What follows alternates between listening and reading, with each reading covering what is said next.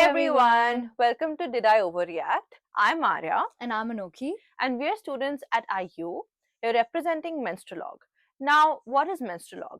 Menstrual is a women's health advocacy platform, a non-profit organization based in India, and we advocate for women's wellness, how mental health affects menstrual health and vice versa, how music therapy, meditation, and yoga are the holistic ways of leading a life that can be free from any mental health or menstrual health issues.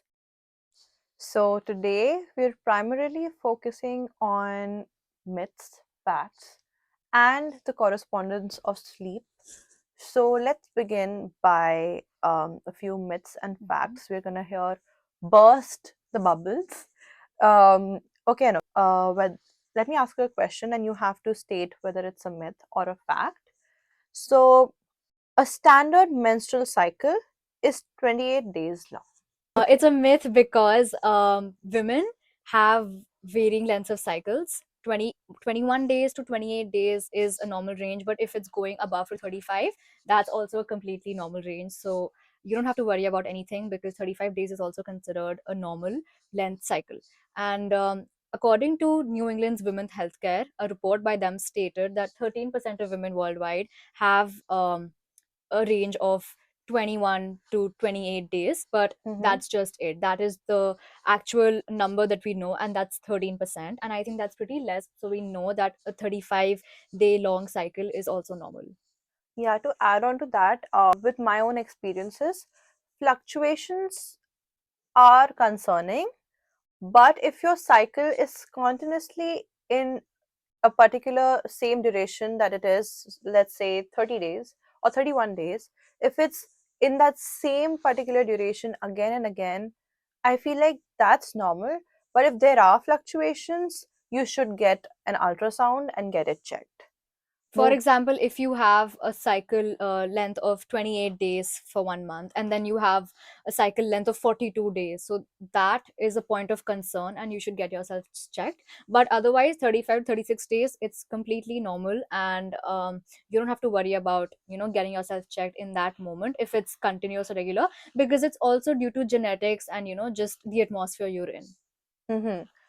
Only one thing that you need to be careful about is that if you have a cycle of 28 or 30 days, and if it's fluctuating by 3 to 4 or 5 days, let's say, and if it's happening again and again, then it could be a symptom of PCOS or PCOD, polycystic ovary syndrome.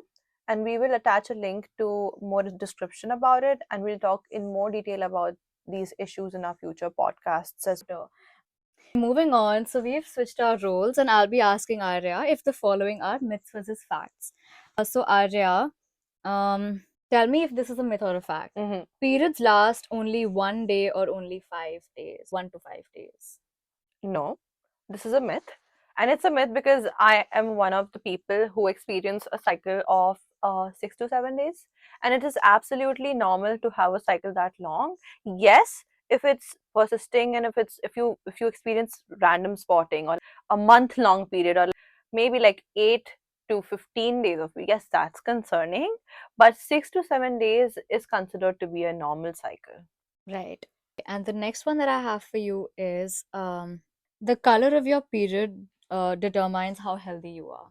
This is also a myth because the color of your period can vary because the residual blood from your last cycle could be a little darker shade of red and the fresh blood could be a little brighter shade of red. So you don't need to worry about the shades of red. But yes, your blood shouldn't be green, white, blue, yellow.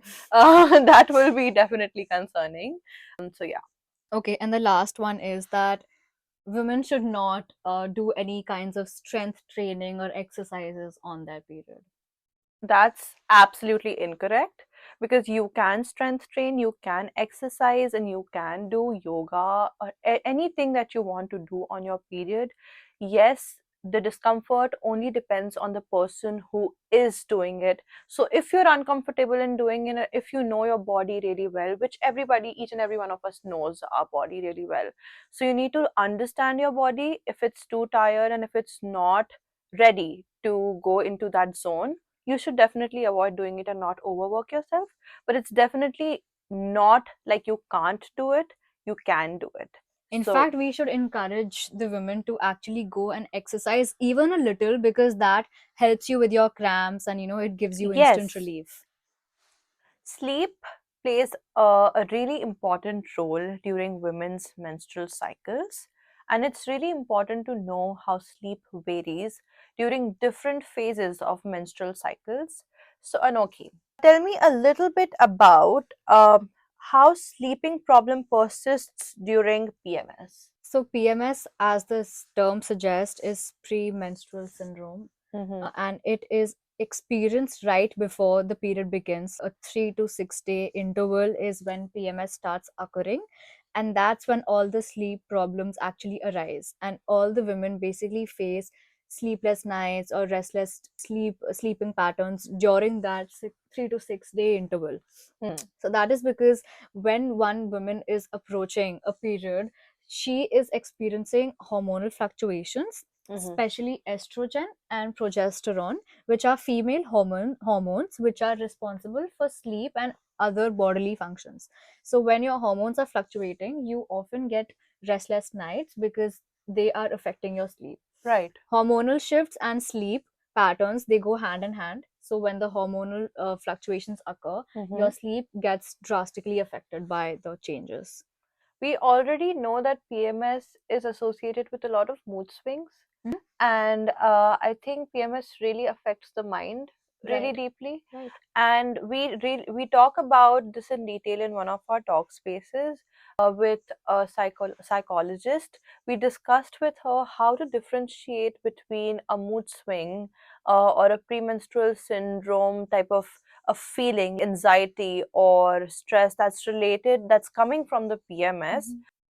That's all we have for you guys today for our first episode. And Arya, Make sure to like, subscribe, and share this video with all the women and men who need to know about these things because they are the fathers and the brothers of their daughters and their sisters.